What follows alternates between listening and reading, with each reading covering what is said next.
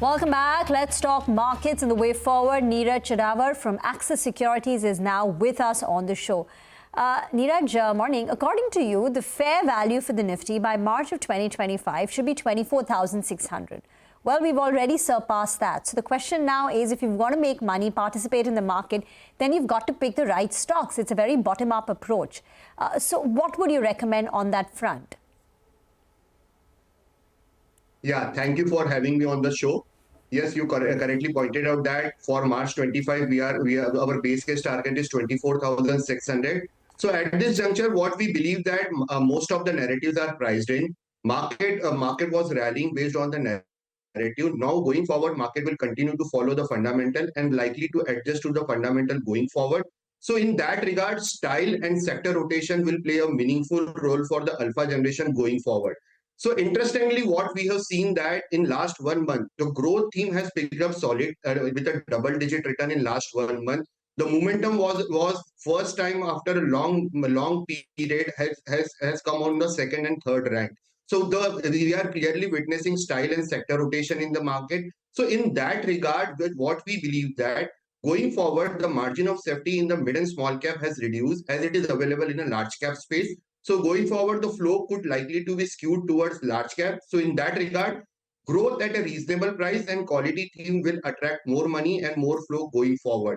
What we believe that private banks, IT, consumption, pharma and telecom looks very attractive at current juncture as compared to the other texture of the market. Neeraj, hi, good morning. So let me take up the first item on that list, right? Private banks. I think you like HDFC Bank and ICICI Bank, among others. Now, what about this whole debate and narrative around the hunt for deposits, which is getting more and more difficult, margins coming under pressure. Now you have the LCR guidelines. Sooner or later, they'll become reality, which means that banks have to start shoring up their LCR buffers as well. So the environment seems a little challenging. And some people are saying credit costs will only go up from here on. So from an investor standpoint, does it still merit an entry right now? So in our top, we continue to... Neeraj, I think we're having a bit of a trouble with that line. Let's just see if we can get you back on. Those are some of the top bets of Axis Securities. You can see the banks are right on top, including the State Bank of India, actually, on the PSU side. Some other names included Dalmia Bharat, Nestle. There's also Federal Bank, so pretty heavy on banking and financials. There you have it. TVS Motors, we're just discussing the two-wheelers. So those are some of the topics at Axis Securities. Neeraj, yes, you were telling us about your call on private banks. Go on. Yeah.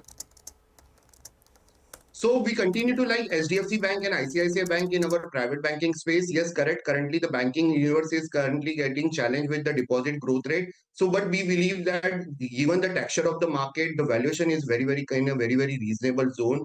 So whatever, so going forward, the incremental money from the domestic funds and even from the FII fund, we will find more space in the private bank universe from next 6 months to 12 months space. So that's why private banks, in terms of valuation, it's a clear bet and clear to park money, any incremental money at the current juncture. Varun Beverages was a stock which comes up in your top picks. I think this quarter's numbers were a bit disappointing. So is there a rethink on Varun Beverages?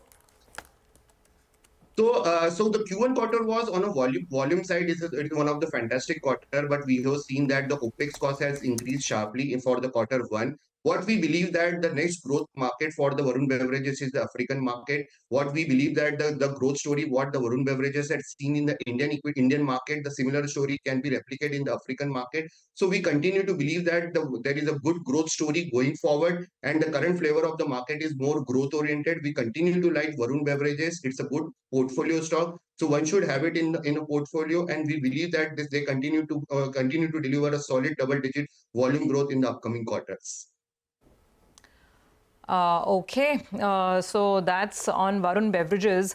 Neeraj, just before you joined us, you were having this debate around Ola Electric, right? And what this new entrant will mean for the others already out there in the field. Your pick is TVS, and TVS has also been really expanding its EV portfolio. So just take us through your pick. Why TVS? Why not a Bajaj? And I mean, do share your view on Ola if you have one.